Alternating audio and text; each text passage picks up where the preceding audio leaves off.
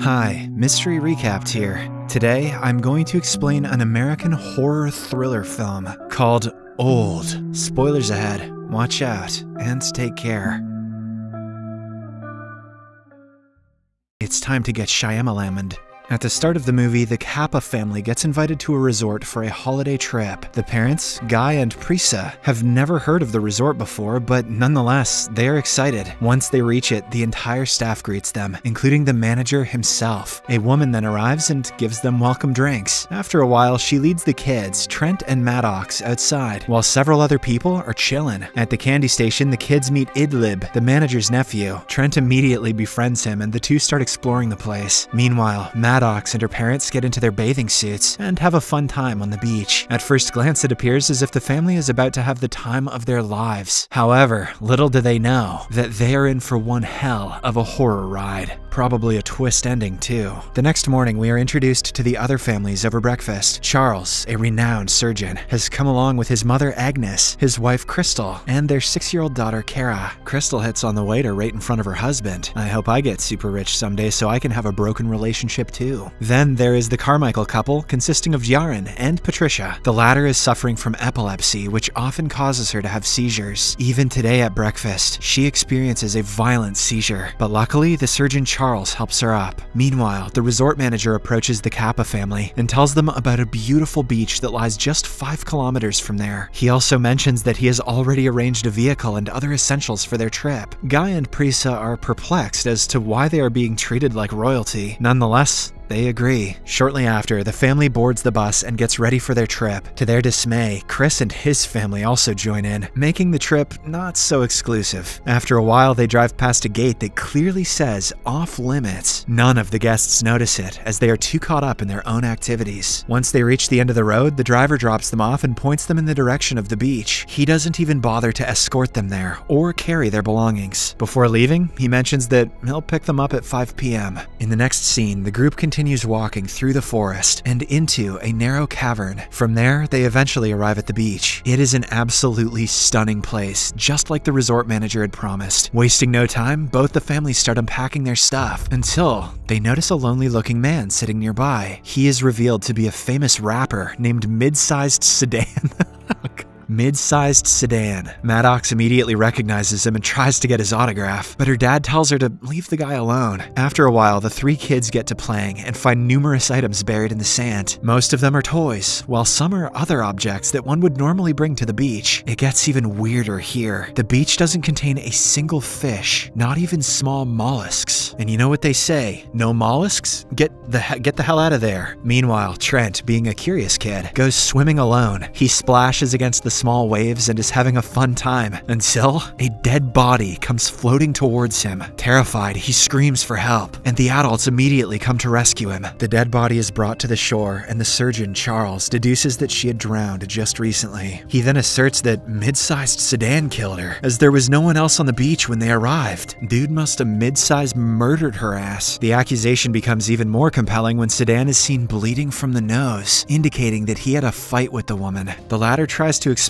that he had nothing to do with the incident, but no one believes him. Meanwhile, the little boy Trent keeps complaining that his swimsuit feels tighter. Could have something to do with that dead naked body on the beach. This could be the start of a problem for little Trent. Charles's mother Agnes also says that she is having difficulties in breathing. Sensing that something bad is happening, Charles tries calling for help, but there is no signal in the area. Just then, the couple from earlier, the Carmichaels, arrives there. They have also been dropped off by the driver on the resort manager's orders. The terrified group immediately briefs them on the situation, and hence, the husband, Jaren, decides to stop the driver from leaving. However, as soon as he runs inside the cavern, he falls unconscious. A few seconds later, he wakes up on the beach with a bad headache. Everyone is confused by what just happened, but before they can investigate it, they learn that Agnes has stopped breathing. The group immediately rushes to her, and Charles tries his best to resuscitate his mother. Unfortunately, all of his efforts go in vain. Meanwhile, the Carmichaels are talking to the Kappa kids to distract them. Jaren Yaren asks the boy his age, to which Trent replies, 6. The Carmichaels find it hard to believe as he looks considerably older. Just then, Prisa arrives at the scene and is stunned to see her children. Miraculously, they have aged by a few years, making them impossible to recognize. Seeing the chaos unfolding around him, Sedan makes a run for it, and Charles chases after him. However, as soon as they reach the caravan, they black out and regain consciousness back on the beach. Witnessing all of this, a worried Prisa asserts that they should find another way out of the place. Unfortunately, every time one of them gets near the large canyon, they lose consciousness and end up on the beach again. This means that they are trapped for good, with 2 dead bodies around them. To make matters worse, the children are aging so rapidly that it will be difficult to find new clothes for them. We're gonna have to see our kids naked! Panic sets in, and the adults start brainstorming on what to do next. The Kappas believe that a virus is causing all the anomalies, while Charles, who has started becoming paranoid, makes a cut on Sedan's face with a knife. Someone's gotta call Charles out on his racism. Surprisingly, the cut gets healed instantly, almost as if it never existed. After a while, Maddox takes Sedan away and asks him the truth about the place. The latter promises that he's as clueless as they are. As the two get comfortable talking, Sedan reveals that he suffers from a rare condition, which stops his blood from clotting. Meanwhile, the adults also discover that the girl they found dead on the beach was suffering from sclerosis. Just then, Prisa starts losing her senses and soon falls to the ground. It turns out she is suffering from a tumor, and this is the main reason why her marriage with Guy was falling apart. Before they arrived on the beach, it was a tiny tumor, but now it has grown to become the size of a tennis ball. With time running out, Charles decides to perform a surgery with the knife he has. However, as soon as he makes an incision, it heals instantly, just like it did with Sedan. To make matters worse, Charles starts talking to himself. Before arriving at the beach, he had displayed symptoms of schizophrenia, but now the disease is taking over him.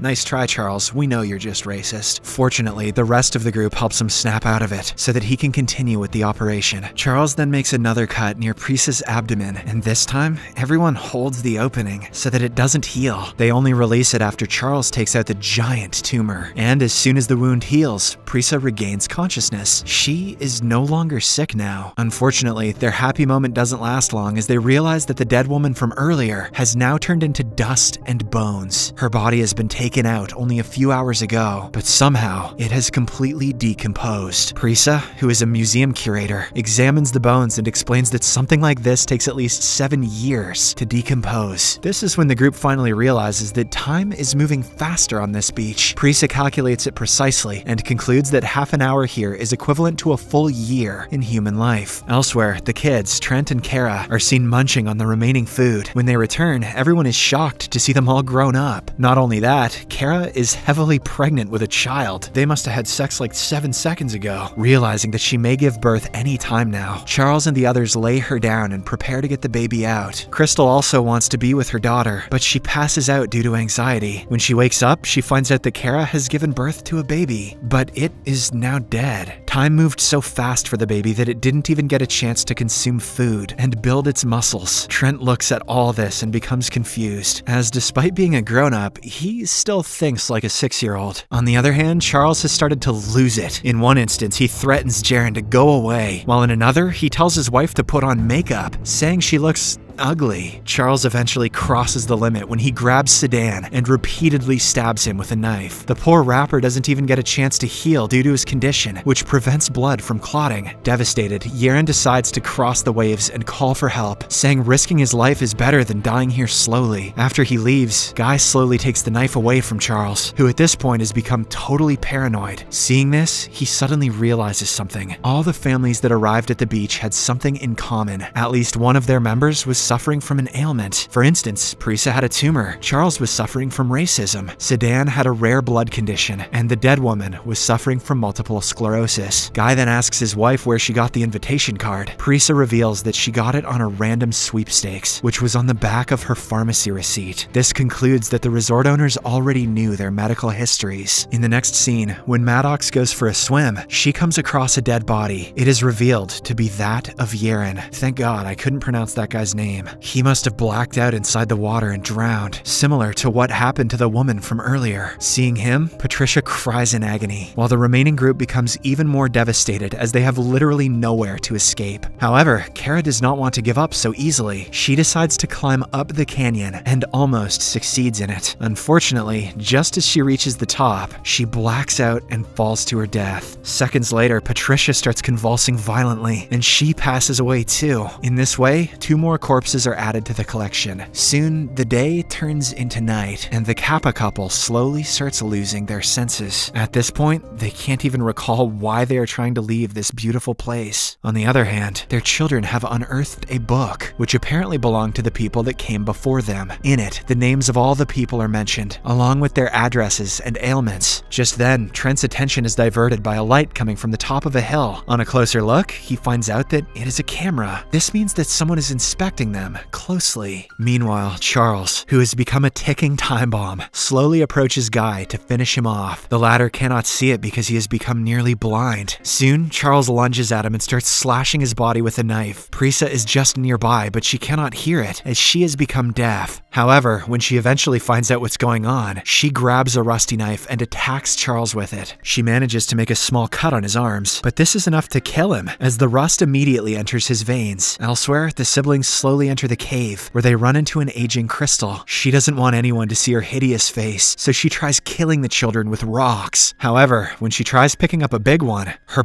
bones break. It immediately heals, but in the wrong direction, deforming her. Crystal dies a painful death shortly after. After the commotion ends, it is only the Kappa family that is standing. They regroup near the beach for one last time, and Guy emotionally says that he loves his family a lot. Saying this, he passes away. Prisa also succumbs to her old age soon. The children are distraught as without their parents they are helpless. The next morning, they wake up in their late 40s, knowing that they will also end up like their parents. Trent and Maddox decide to spend the remainder of their time playing. They start making sandcastles, and this is when Trent remembers that the resort manager's nephew, Idlib, had given him a puzzle to solve. Since they have a lot of time, Trent brings out the puzzle and eventually deciphers it. It reads, "My uncle doesn't like the coral." With this message, the siblings realize that the coral has all the answers to their questions. Hence, without wasting any time, they dive into the water and head to the coral. Soon, they come across an underwater tunnel, and as they try to get through it, Maddox's dress gets stuck on a piece of coral. The scene then cuts to a man observing the beach from the hills. He is none other than M. Night Shyamalan himself. His twists are getting so powerful that he's injecting himself into his own films. What will he do next?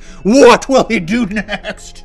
What will he do? But actually, he is none other than the driver who dropped the families off there. After confirming that everyone is dead, he calls his boss and briefs him on the situation. Then, he packs his belongings and leaves. Following this, we are taken to a lab where several prominent scientists are researching different medicines. The resort manager is also there, and he tells everyone that Trial 73 is over. He also reminds them that because of this beach, they have been able to save millions of lives using their medicine. You would think after 73 trials he wouldn't have to give this speech anymore. Here, we get to know that the resort is actually a sham for a medicine company. They use the beach to conduct clinical trials on people so that they can get the results in a matter of minutes as opposed to years. The welcome drinks that they provide to the guests are actually mixed with trial medicines for their particular illnesses. Elsewhere, we see the Kappa siblings, who have somehow managed to survive the deadly waves. They are now back in the resort with the notebook they found on the beach. Soon, they find a police officer who is also on holiday and tell him everything that happened to make him understand. The siblings even hand him the notebook, which has the list of all the missing people. The cop makes some calls and concludes that the people are actually missing. The fact that there is a capable policeman in this movie is the real twist. In the final scene, the medical lab is busted and all the scientists are taken into custody. As for the Kappa siblings, they are escorted home in a chopper.